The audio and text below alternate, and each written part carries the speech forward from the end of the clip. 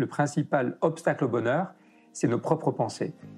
C'est pas quelque chose d'extérieur à soi. Le bonheur pour moi, c'est la liberté. Pour moi, c'est très simple en fait, le bonheur. C'est juste être. Bienvenue sur le podcast C'est quoi le bonheur pour vous ? Je m'appelle Julien Perron, je suis le réalisateur du film C'est quoi le bonheur pour vous ? Pendant plus de 4 ans, je suis parti à travers le monde pour interviewer 1500 personnes autour de cette question fondamentale. À travers ce podcast, on parlera bien-être, développement personnel et médecine douce. Je vous souhaite un merveilleux voyage sur la route de la connaissance de soi. Bonjour à celles et ceux que je ne connais pas encore et à celles et ceux que je retrouve. Je suis donc Rebecca, j'ai 30 ans. La petite histoire sur moi, c'est que depuis que je suis toute petite, j'ai qu'une seule obsession, c'est d'être heureuse dans ma vie et de trouver du sens à ma vie. Sauf que je ne savais pas du tout ce que je voulais faire dans ma vie professionnelle. Et déjà à 6 ans, ça me posait problème. Je pense que c'est très caractéristique de ma personnalité. Donc cette quête de sens, elle remonte depuis vraiment toute petite et cette quête de vocation professionnelle aussi. Et puis, voilà, j'ai vraiment vécu le fait d'avoir une vocation, de ne pas avoir de vocation comme un handicap, jusqu'au moment où j'ai réalisé que c'était possible pour moi de créer ma vocation sur mesure en partant de moi, d'être finalement entrepreneuse de mon épanouissement professionnel. Et donc là, ça m'a redonné confiance que je pouvais m'épanouir dans mon travail. Et j'ai même appris après que c'était possible de m'épanouir en dehors de mon travail. Parce qu'à l'époque, je me disais, je ne peux m'épanouir que dans mon travail, puisque mon travail prend toute ma place, toute ma vie, donc l'épanouissement doit être dans le travail. Depuis, et c'est assez récent pour être honnête, compris que je pouvais aussi m'épanouir en dehors de mon travail et que mon travail pouvait ne pas prendre toute ma vie, mais retrouver un meilleur équilibre. Tu parlais tout à l'heure de la nature. Moi, ça comptait aussi énormément pour moi. Et c'est aussi tout ce qui est les arts, la danse, le chant, la comédie musicale, l'improvisation théâtrale. Et puis mes proches, j'ai beaucoup besoin d'être en lien, de faire des nouvelles rencontres, d'avoir des relations, de les entretenir. Donc voilà, de retrouver cet équilibre-là. Et donc aujourd'hui, j'ai vraiment envie que le travail soit une source à la fois d'épanouissement, d'impact et d'émancipation pour les femmes. Et aujourd'hui, donc, j'accompagne des femmes qui sont en quête de sens, de confiance et de liberté à créer un projet pro qui leur permette de s'épanouir dans leur travail, mais aussi en dehors. Et donc, je les accompagne dans cette quête de sens pour pouvoir concilier tout ce qui est important pour elles, en fait, à la fois par rapport à elles-mêmes, qu'elles puissent s'accomplir à travers quelque chose qui les fasse vibrer, mais en même temps qu'elles aient un projet qui soit utile aux autres, qu'elles se sentent utiles et qu'elles puissent contribuer à un monde qui soit plus souhaitable, plus durable, plus joyeux, plus convivial, mais aussi qu'elles puissent être rémunérées, puisqu'il y a aussi souvent des femmes qui se sacrifient ou qui ont beaucoup de talent mais qui ne le réalisent pas et qui ne vivent pas de leurs activités, etc. Donc c'est aussi vraiment important pour moi que ce soit source d'émancipation et puis d'équilibre, parce que c'est aussi historiquement un sujet que les femmes n'ont pas toujours été dans le monde du travail. Et aujourd'hui, il y en a beaucoup d'entre nous qui ont envie de trouver leur place dans ce monde du travail. Et donc moi, je les aide à créer leur place dans le monde du travail et à équilibrer ça avec les autres aspects de leur vie qui comptent pour elles. Et alors, la première question qui me vient à l'esprit, c'est pourquoi que les femmes ? Écoute, j'en sais rien. C'est vraiment venu à moi. En fait, à la base, j'accompagnais pas du tout que les femmes, mais vraiment pas. J'accompagnais tout le monde, voire même plus des hommes, parce que j'accompagnais dans des écoles où il y avait majoritairement des hommes, des écoles d'informatique comme Epitech, des écoles comme l'ENA où il y avait majoritairement des hommes. Donc c'est même à l'inverse, et dans des entreprises aussi, je coachais des dirigeants, des managers où c'était majoritairement des hommes. Sauf qu'en fait, il s'est passé 2 choses. La première, c'est que moi-même, je suis une femme, spoiler, et qu'en fait, au fur et à mesure de mon parcours, j'ai été confrontée à des difficultés personnellement. Au début, je croyais que c'était ma faute, je prenais sur moi, je croyais que je faisais pas assez bien, j'avais manqué de confiance en moi, évidemment. Évidemment. En tout cas, je manquais de confiance en moi et je ne le savais pas, donc je prenais la faute sur moi. Et puis petit à petit, grâce à l'aide de regards extérieurs, grâce à l'aide de coachs, grâce à l'aide de mentors, j'ai pu me rendre compte qu'à différentes étapes de mon parcours, j'avais été confrontée à des problèmes qui étaient liés en fait à mon genre féminin. Par exemple, dans une organisation, il y avait un sexisme ambiant dont on n'avait pas conscience parce qu'on ne savait pas ce qu'était le sexisme en entreprise. Donc, c'était pas ni volontaire ni malveillant, mais c'était là parce que c'est une habitude, c'est voilà. Et donc, la parole était principalement prise par les hommes, plein de petites choses en fait qui font que moi j'avais du mal à prendre ma place. Aussi, j'avais un manque de confiance en moi, mais il y avait aussi un environnement extérieur qui contribuait au fait que, en fait, c'était difficile en tant que femme de trouver ma place dans cette entreprise, de pouvoir me révéler, me développer et contribuer à la hauteur de ce que je souhaitais et de ce que j'étais capable. Et puis j'ai aussi été confrontée à un pré-burnout où là on a attendu vraiment beaucoup de moi. Et en fait, ça recoupait aussi beaucoup d'éléments de on éduque beaucoup les petites filles, les femmes en général, à prendre soin des autres, faire plaisir, être parfaites. Il y a un TEDx super intéressant là-dessus qui s'appelle We teach our boys to be brave and our girls to be perfect. On apprend à nos garçons à être courageux et à nos filles à être parfaites. Et en fait, quand j'ai essayé de m'émanciper en fait de toutes ces injonctions, j'ai été aussi confrontée à du harcèlement moral de la part de personnes qui étaient responsables de moi dans 2 endroits où je travaillais. Et donc, ça a été aussi très difficile en tant que jeune femme d'être confrontée. D'ailleurs, pas que à des hommes plus âgés, c'est pas que ça, il y a aussi des femmes qui intègrent le sexisme, probablement que moi en partie je le fais, et c'est pour ça que j'ai à cœur en fait d'avoir conscience de ce qui se joue pour moi et d'éveiller les consciences, en particulier des femmes qui peuvent le subir, et aussi évidemment plus largement à tout le monde. Et donc il y a eu cet effet en fait moi dans mon chemin je me suis rendu compte en le vivant qu'il y avait des choses du fait de mon genre qui pouvaient impacter ma vie. Et par ailleurs, je me suis rendu compte que ce sur quoi moi je travaillais, c'était ce sur quoi moi j'accompagnais en coaching ou en formation. Et en fait, ces sujets, quand je les communiquais, ça attirait des femmes. Ça attirait de plus en plus de femmes. Et donc, plus j'attirais des femmes, plus j'accompagnais des femmes, plus je voyais que c'était des thèmes récurrents, plus je comprenais les liens avec le fait d'être une femme, soit de façon innée, soit de façon acquise, liée à l'éducation, à la culture. C'est des questions que je me pose souvent. Est-ce que c'est acquis chez une femme ? Est-ce que c'est biologique ? Est-ce que c'est physiologique ? C'est des postures qui sont finalement assez philosophiques, assez religieuses. Et puis, il y a des postures aussi, qu'est-ce qui est lié à l'éducation et comment est-ce qu'on peut agir par l'éducation pour une meilleure égalité des genres et permettre aux femmes je sais pas, d'être mieux et d'être mieux dans leur environnement, d'être mieux aussi à l'intérieur.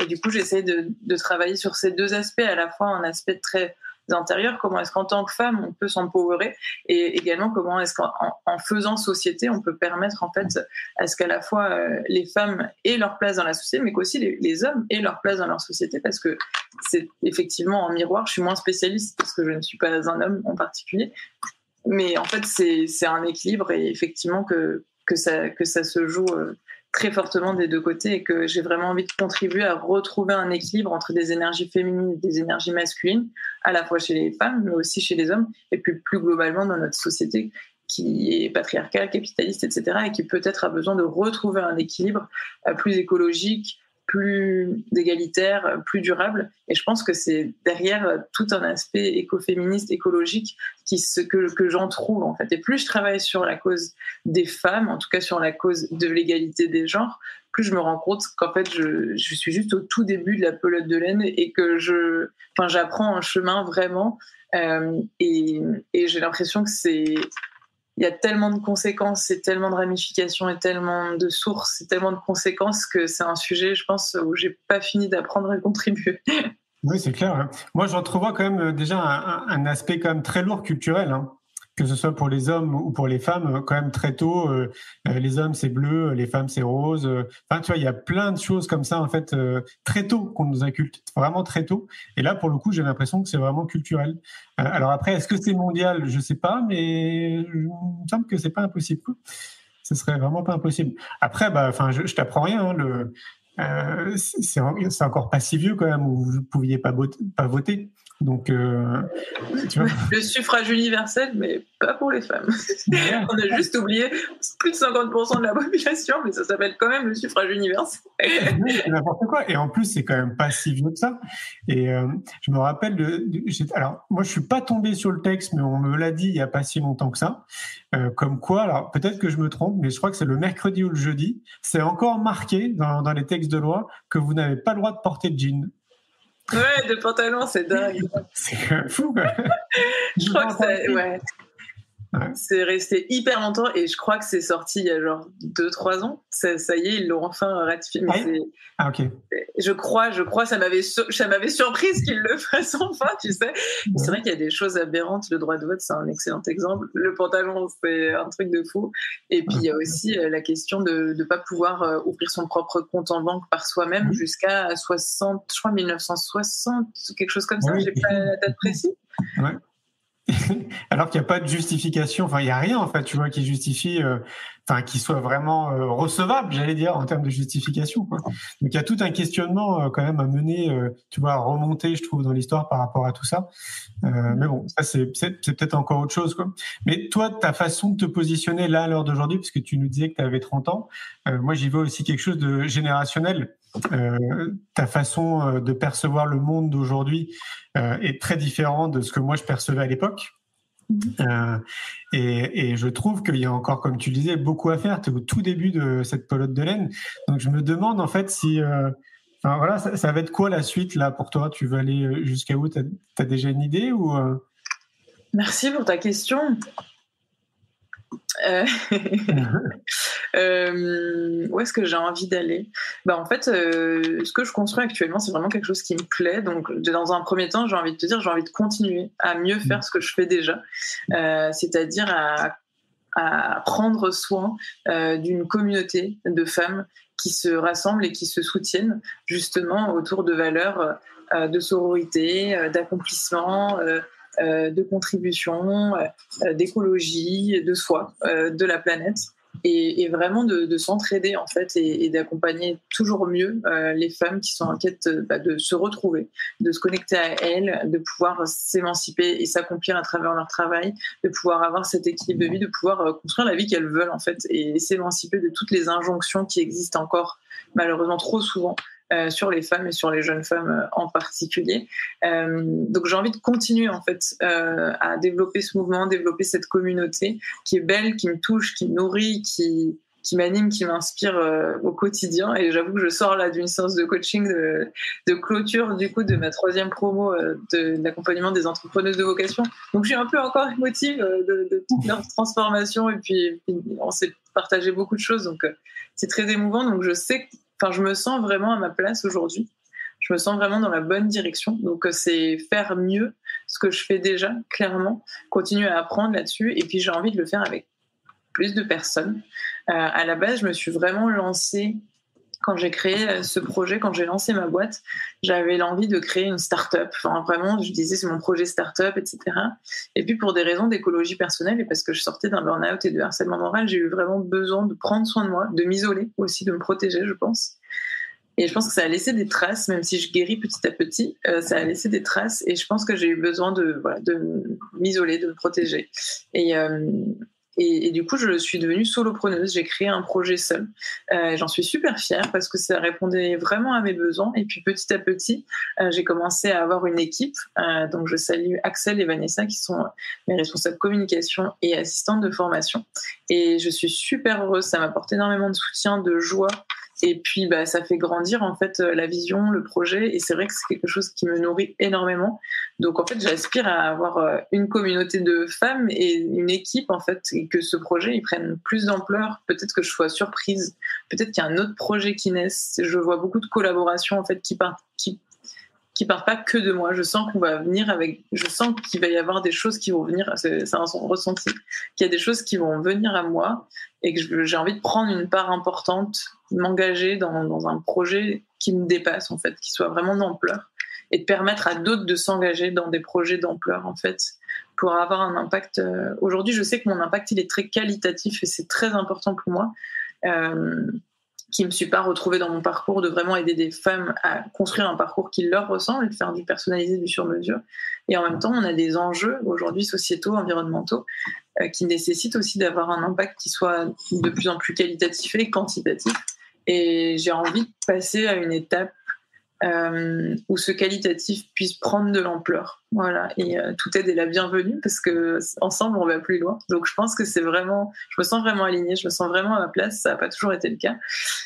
Et j'ai beaucoup de gratitude et de joie pour ça. Et donc, j'aimerais continuer plus vite. Pas plus vite, mais plus loin. Moi, pas plus vite, dans un rythme qui est juste pour moi et pour la planète et pour les autres, mais continuer la suite du chemin en bonne compagnie et avec encore mieux d'impact. Je verrais ça comme ça. C'est quoi le profil des femmes que tu accompagnes ? Celui-là. Je t'ai pas montré mon bon profil en plus. Les profils des femmes que j'accompagne, alors c'est des femmes qui se reconnaissent aussi en moi et dans mes valeurs et dans mes aspirations. Donc c'est des femmes qui sont en quête de sens, qui ont des questionnements existentiels profonds sur elles, sur leur identité, sur la planète, qui sont en quête de confiance aussi, qui ont eu des blessures, qui ont vécu parfois des moments difficiles, qui font souvent partie de minorités déjà en tant que femmes, mais parfois aussi qui ont des origines, qui ont plein de spécificités, mais qui nécessitent en fait de travailler sur notre confiance, sur notre légitimité. Souvent, c'est des femmes qui ont le syndrome de l'imposteur, qui ont énormément de talent, énormément de potentiel, mais qui ne le voient pas forcément ou qui l'oublient, et besoin d'entretenir ça régulièrement, d'entretenir du coup le sens au quotidien, d'entretenir la confiance au quotidien, et qui sont aussi en quête de liberté, vraiment cette envie d'être soi en fait, et de s'émanciper des injonctions extérieures, de ses propres injonctions, des injonctions familiales, et de vraiment de construire son parcours en fonction de soi. Donc il y a vraiment ces couleurs-là. C'est aussi des femmes qui sont extrêmement bienveillantes et qui ont ce goût du collectif, de la sororité, de soutenir. C'est souvent des profils de femmes qui sont engagées dans l'éducation à plein de niveaux, en tant qu'enseignante, en tant que formatrice, en tant que coach, en tant que facilitatrice, en tant que manageuse, en tant que plein de possibilités, mais souvent dans l'accompagnement des thérapeutes, des autrices, des artistes aussi, de plus en plus, parce que c'est vraiment, je crois de plus en plus en fait au pouvoir de l'art pour réenchanter le monde. Et j'accompagne du coup de plus en plus d'artistes, notamment de la scène, de la danse, du chant, de la mise en scène. J'ai coaché une sculptrice, une photographe, etc. Et donc beaucoup aussi d'artistes, c'est des vrais questionnements aussi. Donc voilà, des femmes qui sont en quête de sens, de confiance, de liberté, qui ont envie de construire une vie, pas passer à côté de leur vie, de construire du sens, de contribuer, et qui se sentent parfois un peu perdues, un peu seules, un peu démunies, et qui ont conscience qu'avoir conscience de soi, ça aide, et donc qui aiment se poser des questions, faire de l'introspection, le développement personnel, professionnel, spirituel. Et moi, j'ai vraiment ces axes-là de développement holistique, systémique, où pour moi, le pro et le perso sont complètement liés, en fait, et tous les domaines de vie, pour moi, sont liés et importants et prioritaires en fonction des périodes. Et donc, j'aspire à accompagner d'une façon complète et globale ces femmes qui cherchent leur équilibre, qui se cherchent elles en fait. Là, il y a une des femmes que j'accompagne qui m'a dit j'ai peut-être pas eu un peu le haut de l'iceberg et le bas de l'iceberg, tu sais. J'ai l'impression qu'il y a énormément de changements en interne, j'ai l'impression d'être arrivée, j'étais perdue, et j'ai l'impression de m'être retrouvée. Et en fait, c'est des choses comme ça qui pour moi ont beaucoup de valeur. Et parfois, ça envoie du pâté de voir quelqu'un qui a fait une transition professionnelle radicale et qui est passé de salarié dans le marketing à entrepreneuse dans l'alimentation, ou j'en sais rien. Enfin, des trucs vraiment... le côté radical est très valorisé par les médias. Et en fait, c'est pas moi ma posture. Moi, ma posture, c'est plutôt... où est-ce que j'en suis, écouter mes valeurs, écouter mes besoins et me mettre en chemin vers une évolution qui me parle, en respectant mon rythme, en respectant mes valeurs, en respectant mes aspirations. Et si en fait mon rythme c'est de faire une transition en 2 ans, mon rythme c'est de faire une transition en 2 ans, et c'est ça que je trouve inspirant. Et c'est pas forcément de faire une reconversion qui est radicale, c'est pas forcément d'entreprendre, c'est pas forcément, et de sortir en fait de ce qui est bien vu, de ce que les autres attendent de nous, mais de vraiment se demander qu'est-ce qui est juste pour moi par rapport à mon rythme, mes besoins, mes aspirations, et puis se mettre en chemin en fait. Et c'est ça qui est vraiment important, je trouve. C'est tout un travail, hein, ce que tu es en train de dire, c'est tout un cheminement. Donc j'imagine que ton accompagnement il dure un certain temps. Ouais, mon accompagnement, j'en ai 2. Il dure entre 5 et 6 mois. Ouais. j'ai un accompagnement qui est plutôt sur l'alignement professionnel, retrouver du sens, en fait, retrouver un alignement professionnel, se réinventer, qu'on soit entrepreneuse ou actrice de changement. Quand on est une femme comme moi qui a vraiment besoin de sens, on se retrouve régulièrement, parce qu'on change ou parce que le monde change, à avoir besoin de réactualiser qui je suis, où je vais. Et donc c'est un programme qui accompagne le réalignement et la réinvention professionnelle. Celui-là, il dure 5 mois et le prochain commence en septembre, puisque le dernier vient de se terminer aujourd'hui, je célèbre avec vous. Et puis le deuxième programme, c'est le parcours entrepreneuse, qui accompagne celles qui sont déjà entrepreneuses, et donc je les accompagne soit dans leur premier pas, soit dans le développement de leur projet et de leur potentiel. Et celui-ci, il dure 6 mois, et celui-ci est en individuel. D'accord. En fait, quand je t'écoutais, j'étais en train de me dire, la plupart des gens que je peux connaître ou qui suivent nos activités et qui aspirent en fait à tendre vers plus de sens, à pourquoi pas même créer leur activité, où ils se posent aussi cette question fondamentale, comment moi en fait je peux participer à un monde meilleur, quelles sont mes qualités, qui suis-je, d'où viens-je, où suis-je, où vais-je, etc. Dans ces profils-là, de ce que j'ai observé dans mes activités, une grande majorité, elles se posent ces questions. Quand je dis elles, c'est les personnes, pas mes femmes, vers 50 ans. On va dire, allez, pour être large, entre 40 et 50 ans. Est-ce que c'est le cas? Les gens que tu accompagnes, ils sont dans cette moyenne-là? J'en ai une là dans la 3e promo qui justement voulait faire passer le message qu'il n'y a pas d'âge pour se réinventer, pour se reconvertir. Et je trouve ça très beau, et c'est aussi une preuve de confiance parce qu'elle est plus âgée que moi.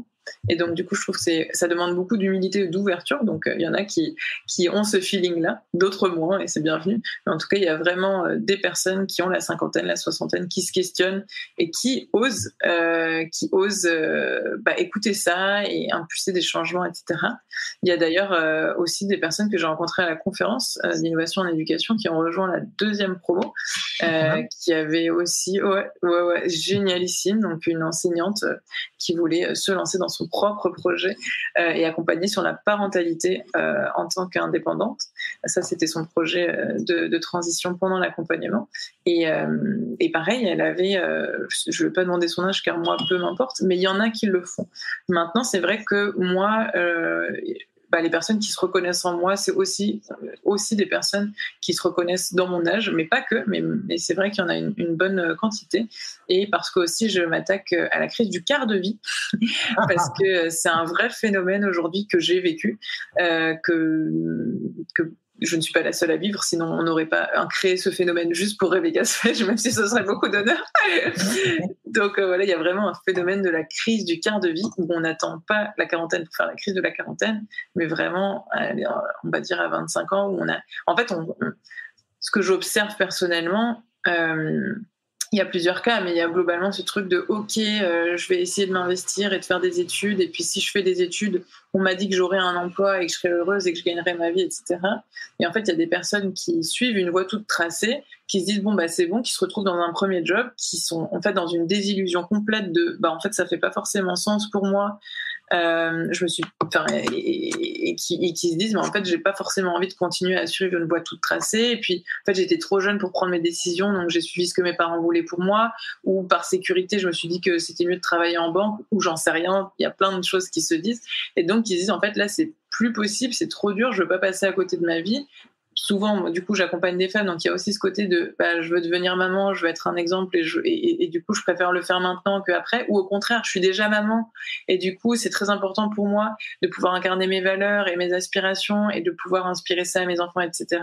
Et donc, il y a vraiment en fait tous ces questionnements, en particulier pour les femmes qui sont entre 25 et 35 ans, en l'occurrence, il y a beaucoup de questions existentielles, aussi sur des projets de maternité ou pas, qui viennent impacter la vie professionnelle. Parce que notamment quand on décide d'avoir un enfant, ça a des impacts importants sur notre vie professionnelle, notre carrière, différemment d'un homme qui ne porte pas un enfant pendant 9 mois, voire plus s'il y a plusieurs enfants. Donc c'est des questionnements en fait qui sont très forts, notamment dans les transitions professionnelles, où il y a cette question de j'ai envie de changer de travail, mais je suis enceinte, donc qu'est-ce que je fais? Est-ce que je le dis en entretien? Est-ce que je le dis pas? En même temps, j'ai peur d'être discriminée, mais si je le dis pas, moi je me sens pas à l'aise. Et en fait, des questionnements en fait qui nous appartiennent, mais qui, à mon sens, gagneraient à appartenir à la société.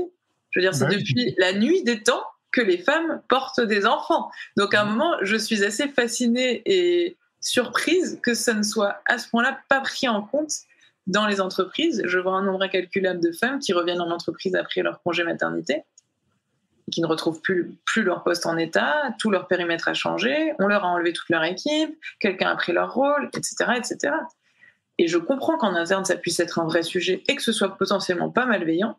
Je veux dire, au bout d'un moment, c'est pas surprenant qu'il y ait des femmes qui soient enceintes et qui reviennent après un congé mater. Donc, on peut peut-être continuer à améliorer la façon dont les femmes, en fait, progressent, évoluent professionnellement, tout en ayant la liberté de devenir maman, en fait.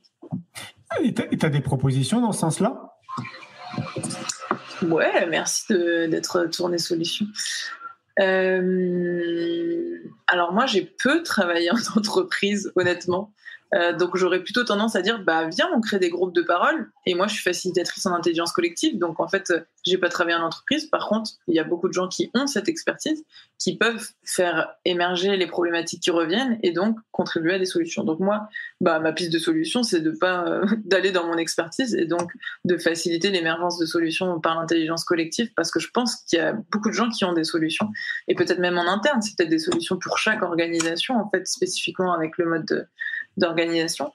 Après, moi, j'accompagne aussi beaucoup de femmes dans une démarche entrepreneuriale, donc qu'elles soient entrepreneuses, aspirantes entrepreneuses, intrapreneuses qui créent leur propre projet ou qui portent un projet dans une entreprise ou manageuses, et donc qui ont une latitude aussi pour faire bouger les choses, qui ont la liberté aussi d'impulser des changements. Donc moi, c'est aussi à travers ça que j'ai envie d'accompagner. Et j'ai une cliente, par exemple, récemment, que j'ai accompagnée en tant qu'entrepreneuse. Et donc, on a travaillé aussi sur comment est-ce qu'elle fait pour prévoir. Donc, en plus, elle n'arrivait pas à avoir d'enfants. Donc, c'était accompagné sur la PMA, etc. Et puis ensuite, qu'elle tombe enceinte pendant le coaching et puis qu'elle me présente son enfant à la fin du coaching. C'était merveilleux. Et donc, on a travaillé. C'est quand même très, très beau. Et je lui fais un coucou et je lui envoie tout mon amour et tout mon soutien à elle et son petit. Et donc, on a travaillé en amont aussi sur les peurs que ça engendre chez une jeune entrepreneuse qui vient de se lancer, de se dire, en fait, je vais mettre ma boîte sur pause pendant 4 mois. Est-ce que ça va fonctionner? Comment j'organise ça, etc. Et donc, c'est aussi quelque chose que j'accompagne moi personnellement, là où j'ai plus d'expertise en tant qu'entrepreneuse, donc accompagner à la déconnexion, à l'automatisation, à créer des formations en ligne, etc., qui fait que quand on est entrepreneuse, tout ne dépend pas de nous, tout ne dépend pas de notre temps, apprendre à déléguer, à avoir une équipe, etc. Et tout ça, c'est des choses en fait sur lesquelles on peut être accompagné. Et dans une entreprise encore plus. A priori, il y a beaucoup de monde, donc on peut a priori créer une collaboration de telle sorte que on peut réonboarder la personne quand elle arrive, l'accueillir de la façon la plus chaleureuse possible, comprendre qu'elle va avoir besoin peut-être d'un peu de temps pour reprendre ses marques, l'accompagner là-dedans peut-être, avoir peut-être une mentor ou un mentor, d'avoir peut-être un binôme. Enfin, il y a plein de possibilités. En fait, j'imagine que ça dépend des personnes, des contextes, etc. Mais je pense qu'il y a beaucoup de solutions qu'on peut mettre en œuvre.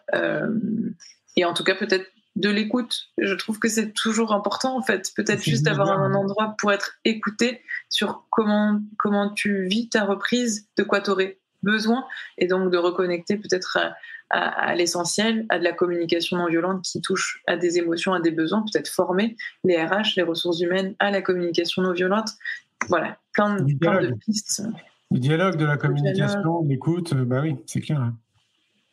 Moi, je crois très fort au pouvoir de l'écoute, donc parfois c'est simple, et encore, je trouve que ça s'apprend.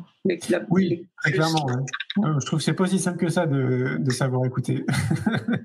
C'est peut-être simplificateur. C'est-à-dire, je sais pas si aujourd'hui, j'ai pas l'impression personnellement que l'écoute soit si valorisée qu'elle gagnerait à l'être. Et donc, tu vois, je suis partie dans plein de choses, etc. Et au final, je me dis, écoutons les personnes, parce que déjà, même si elles ont des souffrances, rien que le fait de les déposer, déjà, ça va mieux. Même s'il n'y a pas de solution de trouver, juste d'être écouté dans ses souffrances ou dans ses inconforts ou dans ses difficultés, déjà, ça apaise. Je suis bien d'accord. Mais du coup, la question principale, comment s'accomplir alors, du coup, en tant que femme? Alors, selon la recette, il faut 30 grammes de... D'après toi? Bon, évidemment, je ne suis pas là pour donner une recette et des leçons. Non, c'est clair, c'est la perception des choses. Mais en tout cas, moi, ce qui m'aide beaucoup, c'est de me connaître déjà en tant que femme et en tant que personne. Parce que même si on est femme, moi, je parle très très souvent de femmes au pluriel en fait, parce que on est toutes différentes. Et c'est pour ça d'ailleurs qu'on se disait des solutions différentes pour des personnes différentes d'entre eux. Donc déjà, moi, je trouve ça très important de parler des femmes et pas d'une femme. Et ouais, je trouve que se connaître, c'est toujours un outil qui est hyper important pour savoir qu'est-ce qui fait que je me sens accomplie. En fait, je pense pas que d'une femme à une autre, ce soit la même chose. Et notamment sur la question de discerner son désir d'enfant. Je trouve que c'est une question qu'on gagne à se poser, parce qu'encore une fois, ça peut être une habitude ou une injonction en tant que femme. En fait, tu ne peux pas t'accomplir sans avoir d'enfant. C'est quelque chose qui est beaucoup dit, qui peut beaucoup peser. Moi, je sais que je ne voulais pas d'enfant avant. C'est quelque chose qui change un peu, que je questionne. Aujourd'hui, j'ai plutôt trop envie d'avoir un ou plusieurs enfants. Avis aux intéressés. Mais... Il va y avoir des gens qui postulent. En tout cas, c'est quelque chose que, en fait, et c'est pour ça que ça me passionne, le projet dont tu as parlé juste avant, là. Je trouve ça brillantissime comme projet, et il est tellement bien présenté, de dire, en fait, moi, quand j'étais toute petite, je demandais à ma mère, mais maman, il n'y a pas une école pour les parents? Depuis toute petite, vraiment, je comprends pas qu'on n'apprenne pas à être parent, enfin vraiment toute petite. Et donc là, quand je vois ce projet-là expliqué en mode rien n'existe sur le sujet, je suis en mode exactement. Donc, donc vraiment, je trouve ça brillant. Je pense que clairement, je vais aller me former avec cet outil. Clairement, je trouve ça brillant et ouais, complètement. Et donc, je trouve ça important, peut-être principalement en tant que femme, parce que peut-être l'injonction est plus forte, parce qu'on est peut-être moi, à chaque fois qu'il y a un mariage, c'est auquel je vais, c'est à quand les enfants et machin et trucs. Et même quand je dis, je te tiendrai au courant si j'en veux, etc. Comment ça, si t'en veux? Et il y a une sorte de peur des gens qui s'inquiètent, etc. Et en fait, aujourd'hui, je pense que j'en veux, donc peut-être ça les rassure. Mais en soi, je trouve ça important de questionner son désir d'enfant, parce que j'ai beaucoup aimé la formulation que vous avez affichée. C'est devenir parent, je trouve que c'est un rôle extrêmement important, le rôle d'une vie probablement, en tout cas c'est une immense responsabilité, c'est un choix extrêmement important qui probablement change sa vie pour toujours, et je trouve ça très très important de prendre cette étape de discernement, et je suis convaincue que ça aura des impacts très positifs dans les personnes qui naissent, et donc du coup dans tout ce qui implique des humains, et donc dans tout le reste. Donc je trouve que là vous êtes juste à la source, tu vois. Donc je trouve ça j'adore. Donc en tant que femme, pour rejoindre ce sujet, je trouve ça important de se questionner en fait sur ses choix en général. Par exemple, son désir d'enfant, ou son désir de travailler, ou son désir sur ses désirs tout court d'ailleurs, point. Parce que même en sexualité, et surtout en général, en fait, le désir féminin est très tabou. Bref, donc en fait, il y a énormément de sujets. Je ne sais pas profondément pourquoi il y a autant de choses sur les femmes, mais même dans les spiritualités, dans les religions, la place qui est accordée aux femmes. Moi, je porte le prénom d'une matriarche, de la femme d'un patriarche dans la Torah. Donc, je me pose aussi souvent la question de, historiquement, quel rôle on donne aux femmes, ou quel rôle est communiqué sur le rôle des femmes. On parle souvent de Jésus, on parle souvent de Moïse, on parle souvent de... Mais en fait, il y a aussi beaucoup de femmes qui ont des rôles importants. Je parle des textes, mais bien évidemment dans la vraie vie du vrai monde actuel aussi. Et je trouve ça important de pouvoir aussi avoir une représentativité, de pouvoir s'identifier, de pouvoir être inspiré, de pouvoir se dire que c'est possible. Donc voilà, je dirais que se questionner vraiment sur ses choix, apprendre à se connaître, apprendre à faire ses choix par soi-même, être inspiré aussi par d'autres modèles, par des hommes, par des femmes, s'entourer et profondément se poser la question, qu'est-ce qui fait que je me sens accomplie? Je sais que dans mes accompagnements, il y a beaucoup de femmes, là encore j'en sors, parce que du coup on a fait le bilan des 5 mois d'accompagnement, il y en a au moins, à chaque fin d'accompagnement, il y a toujours ce truc, mais en fait, j'ai réappris à rêver. Et même, j'ai appris à rêver tout court. C'est même pas j'ai réappris à rêver, c'est j'ai appris à rêver. J'ai appris que j'avais des rêves, j'ai appris que j'avais le droit d'avoir des rêves. Et j'ai appris que j'étais capable de réaliser mes rêves, parce qu'on travaille beaucoup sur la confiance en soi aussi, et qu'en fait, c'était même peut-être facile et que j'en ai déjà réalisé certains pendant le coaching. Il y en a une qui m'était en début d'accompagnement il y a 5 mois. Ce serait quoi vraiment le job de tes rêves, enfin vraiment le stage de tes rêves. On est parti vraiment dans de l'idéation à fond, dans les rêves et tout. Elle avait dit, je kifferais être sculptrice. Et fin d'accompagnement, elle était devenue sculptrice à tel point que les autres de l'accompagnement se disent, mais t'étais pas sculptrice au début en fait. Et en fait, personne n'avait réalisé que c'était quelque chose qu'elle n'avait pas avant. Elle a planté la graine de je m'autorise, c'est possible, j'ose rêver. J'ai le droit, je mérite, je suis légitime, tout ça aussi. Et elle est devenue sculptrice en l'espace de 5 mois, c'est énorme. Donc, de s'autoriser à rêver, je pense que c'est aussi quelque chose qui est hyper important. Et de se demander qu'est-ce qui fait que je me sens accomplie en enlevant toutes les barrières, surtout la barrière d'illégitimité, qui je suis pour, et moi je suis pas intéressante, et moi je vais pas y arriver, etc. Je dis pas que c'est que les femmes, je dis pas que c'est toutes les femmes. Je dis juste que moi je le vis, que je constate que c'est un vrai phénomène et je ne le généralise pas, mais c'est une réalité. En tout cas, c'est ma réalité. Et des études aussi expriment que le syndrome de l'imposteur touche principalement des femmes, mais aussi des personnes, des enfants par exemple, mais principalement des femmes, etc., etc. Puis il y a beaucoup de chiffres sur l'évolution des carrières, sur l'entrepreneuriat, sur beaucoup de choses où on voit des vraies différences, qui pour moi ne sont pas des différences innées, mais qui sont des différences liées à notre éducation, liées à l'histoire. Et c'est simplement qu'on a besoin d'évoluer, tout simplement, et que les belles évolutions méritent du temps. Peut-être que ça serait intéressant, excuse-moi, peut-être que ça serait intéressant de définir, selon toi, c'est quoi en fait s'accomplir ? C'est quoi être une femme accomplie ou tout simplement un humain accompli ? Enfin là, aujourd'hui, on parle de la femme, donc c'est quoi être une femme accomplie ? La définition de l'accomplissement serait intéressant pour toi ? Ouais, pour moi, je veux bien cette question.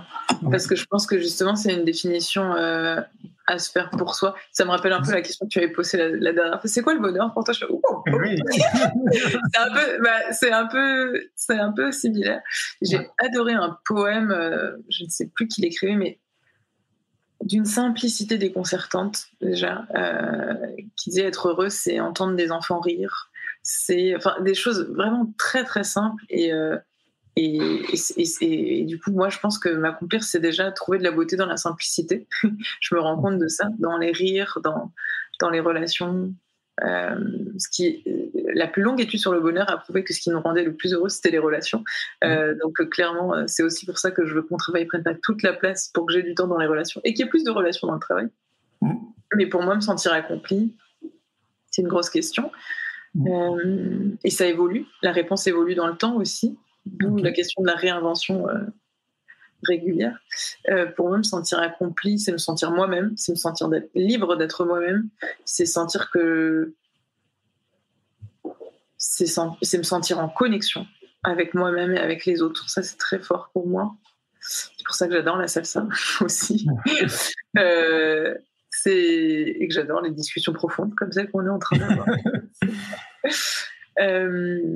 Me sentir accomplie, c'est avoir des rêves et les poursuivre et en réaliser certains en bonus. Notamment, j'ai participé à ma première comédie musicale il y a 1 mois et ça faisait partie de mon carnet des rêves que je partageais avec les femmes que j'accompagne. Donc, je suis très heureuse de ça. C'est énorme. Ça doit être trop bien, j'imagine.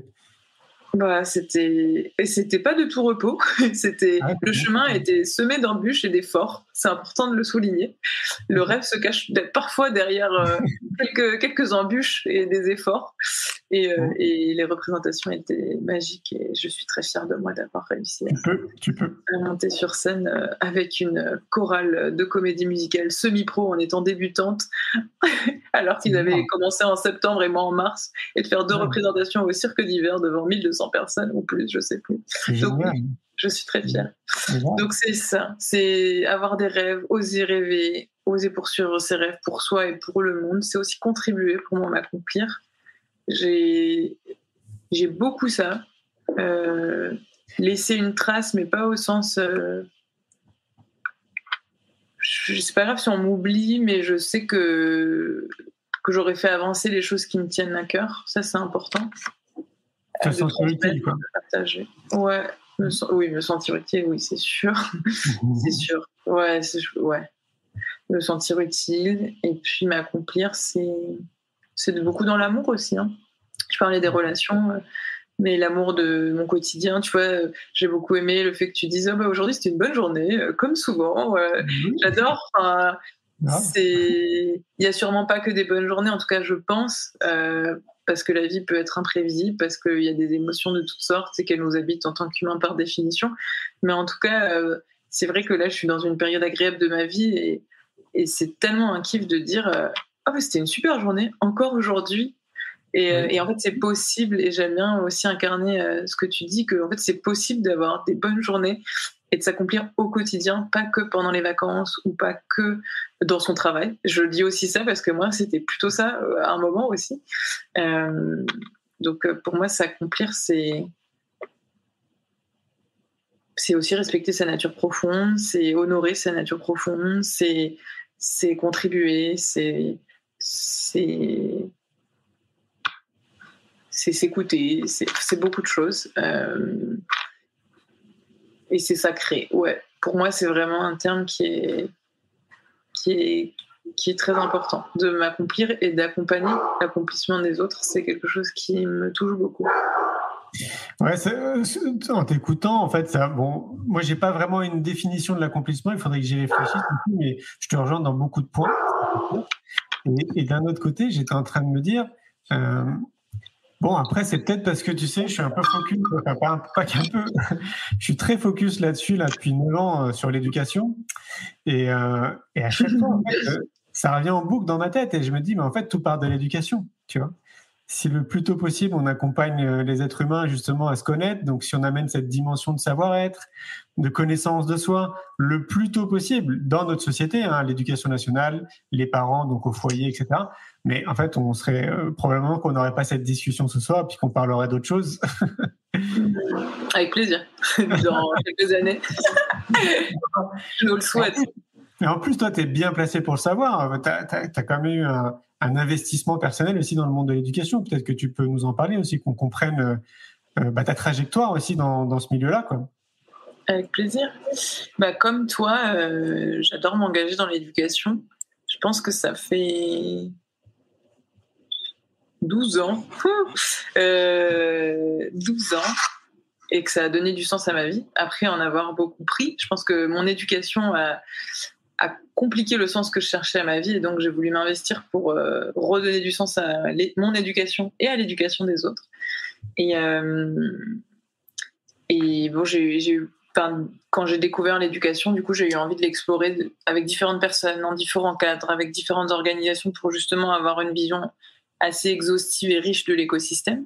Et donc, j'ai commencé en faisant du conseil en stratégie pour l'enseignement supérieur chez Hello Advisory, où c'était très passionnant, où on a créé une école à deux, mon directeur, moi, et on conseillait la création d'une école. C'est quand même assez dingue. À l'époque, j'avais 21 ans, donc très belle opportunité. Après, j'ai travaillé à l'ambassade de France aux États-Unis pour accompagner la coopération franco-américaine universitaire. C'était aussi très passionnant. Je me suis pas du tout retrouvée dans le secteur public en termes de management, en termes de contribution aussi, mais ça a été très passionnant et de découvrir, plein d'apprentissages dont on pourra parler prochainement. Et puis ensuite, complètement. Et ma résilience. et puis plein de choses. C'était aussi un changement de culture, un changement de posture, un pré-burnout déjà à l'époque parce que sous-effectif, parce que plein de choses. Plein d'aléas de management qui m'ont motivé aussi à accompagner le leadership, le management, le coaching. Ensuite, je suis revenue et j'ai décidé de cofonder une association avec Maëva Tordo notamment, initiatrice du Noise, une association qui est présente dans une dizaine d'écoles en France et qui veut justement changer l'éducation de l'intérieur des écoles. Donc on hack les écoles, on crée des écoles à l'intérieur des écoles pour réenchanter l'éducation et redonner du sens et permettre aux étudiants de donner du sens à leurs études et à leur carrière et à trouver leur voie d'acteurs et d'actrices de changement professionnel professionnelle. C'était une aventure vraiment très constructive pour moi bref, c'est une grande histoire aussi, mais ça m'a enrichi à fond. Et c'est là aussi que j'ai découvert le plaisir d'entreprendre, de collaborer, de créer un projet, de le développer aussi, de sentir que ça se développe et de voir que ça fait du sens pour tellement de personnes et qu'ensemble on crée des trucs qu'on pensait impossibles et que les écoles collaborent et qu'en fait les écoles sont volontaires. Et ça, c'est très beau aussi. Vraiment, les écoles sont volontaires et on peut collaborer ensemble pour trouver des solutions, comme tu disais. Et ça, c'était un vrai message d'espoir pour moi, vraiment. Et puis après, j'ai continué mon bout de chemin et j'ai fait mon master en entrepreneuriat pour entreprendre dans l'éducation, mais je savais que je voulais pas entreprendre tout de suite, même si tout le monde me disait pour t'accomplir, le meilleur moment, c'est d'entreprendre maintenant, à la fin de tes études. J'en ai non, je me connais, c'est pas maintenant. Et je me suis écoutée. Voilà, c'est une façon de s'accomplir, de s'écouter aussi, je trouve. Et j'ai accompagné les premiers pas d'entrepreneurs de changement, d'abord dans une start-up sociale qui s'appelle Ticket for Change, puis dans une école de commerce qui s'appelle l'ESCP Europe, et puis ensuite j'ai entrepris dans ma propre boîte.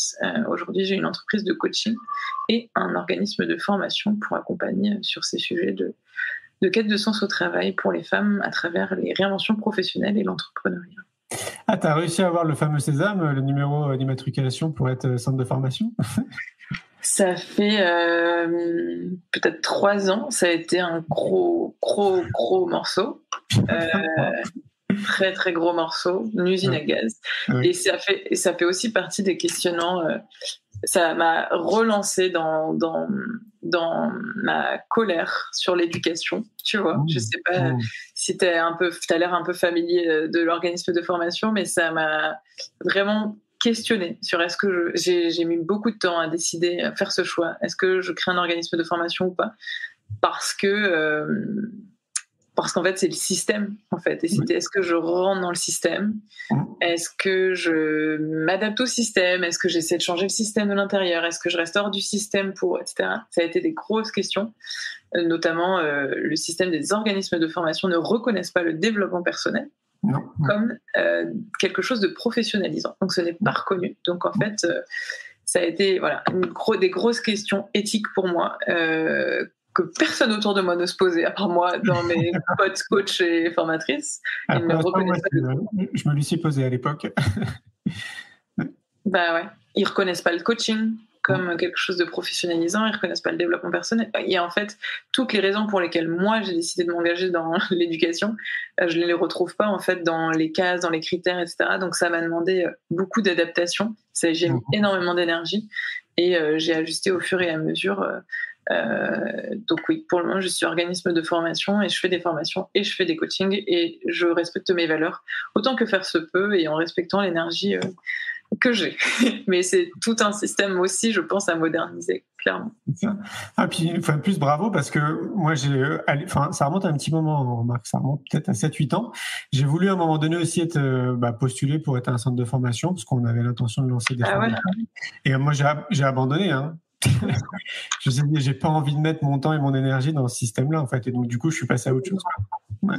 Franchement, c'est intéressant que tu le partages. Moi, ça a été des vraies questions. En fait, au début, je voulais créer un organisme de formation parce qu'il y a énormément d'aide financière et que mon but pour les personnes qui achètent des coachings et des formations, pour des formations en l'occurrence, et en fait, ma motivation, c'était vraiment la démocratisation de l'accès au coaching professionnel et à l'entrepreneuriat pour les femmes. C'est un vrai sujet, en fait, la question de l'argent, de la rémunération pour les femmes, etc., dans leur réinvention dans l'entrepreneuriat. Donc, à la base, ma motivation, c'était la démocratisation. Et c'est pour ça que je me suis battue pendant vraiment longtemps avec des assistantes que je remercie, etc. Mais ça a été très long, très dur et semé d'embûches, vraiment. C'est-à-dire que mon dossier a été refusé une première fois, après, il a été pris. Pour les financements CPF, c'est pareil, j'ai dû refaire le dossier 2 fois. Enfin, ça a été... fallait vraiment que je m'accroche à mes valeurs et à mes aspirations. Et c'était dur. Et au final, j'ai en partie lâché, en partie continué. J'ai fait le compromis qui me semblait juste. C'est-à-dire qu'en plus, il y a eu une grosse réforme du système de formation, comme tu le sais peut-être avec Calliope. Donc après des années d'engagement dans du Datadog, c'est passionnant, je vais vous éviter les détails, c'est passé en mode grosse refonte du système, et Calliope, c'est vraiment une usine à gaz plus. Et donc je continue à être organisme de formation, mais j'arrête de proposer des financements CPF, ce qui est un peu dommage, mais qui en fait dans l'absolu, aujourd'hui je suis très alignée avec ça, je suis même surprise de ça, parce qu'en fait j'ai un autre positionnement qui est plutôt d'éduquer, de sensibiliser, d'encourager les femmes à investir en elles. Et c'est aussi quelque chose que j'ai appris, que j'apprends encore, et qui est surpuissant en termes de confiance en soi, en termes d'amour pour soi, en termes de construction de soi, de construction de carrière, de construction d'entreprise. Et donc, c'est des valeurs qui me touchent aussi énormément aujourd'hui. Il y a beaucoup de systèmes qui déjà permettent la démocratisation, etc. J'ai collaborer avec Chance, par exemple, qui est justement une entreprise qui permet d'accéder à la réinvention professionnelle et qui a tous les financements et une fondation, etc. Et je me suis dit, bon, ils le font, j'ai travaillé avec eux, je vois les avantages, je vois les inconvénients, j'étais contente de contribuer, aujourd'hui je collabore plus. Et en fait, chacun sa contribution, en fait. Et ensemble, on réussira à faire avancer les choses. Donc, ça a été un peu difficile pour moi de faire ces choix. Aujourd'hui, je me sens bien avec ça, même si, encore hier, il y a une femme qui rêvait de rejoindre mon accompagnement. Je rêvais d'accompagner, mais elle avait gardé en tête qu'une copine, elle, qui avait financé l'accompagnement avec son CPF, qu'elle pourrait le faire, et c'est plus le cas aujourd'hui. Et donc, je ne pourrais pas l'accompagner, et ça me saoule. Mais en fait, c'est la vie, et en fait, je me dis, c'est aussi génial d'avoir des femmes qui investissent en elles. Et en plus, c'est un niveau d'engagement derrière. Quand tu investis en toi derrière, en fait, t'as déjà passé un cap qui est ouf et qui fait que tu vas envoyer du lourd derrière. En fait, t'as déjà tout gagné. c'est impressionnant. Et à l'inverse, pour donner un exemple, ceux qui consomment du gratuit, ceux qui, tu vois, qui vont systématiquement aller chercher pour vraiment gratter, on va dire, ils ont un investissement, mais qui est complètement différent, un investissement personnel. Et moi, je pense que justement, l'investissement, il passe aussi par miser sur soi, quoi. C'est ça, en fait. Mais bon, c'est vrai que ça peut nécessiter, en fonction des individus, une prise de conscience par rapport à ça. Mais en tout cas, moi, je l'ai constaté à plein de niveaux. À partir du moment, normalement, où les gens misent sur eux et donc investissent pour eux-mêmes, comme tu le dis, ils ont fait déjà au moins peut-être 50% du job, quoi. Complètement. Et puis, c'est un signe de confiance en soi. Je vaux cet investissement. Enfin, c'est très, très fort. Ouais. Il y a un certain nombre de personnes, figure-toi, qui nous demandent de rentrer en contact avec toi. Donc, oui.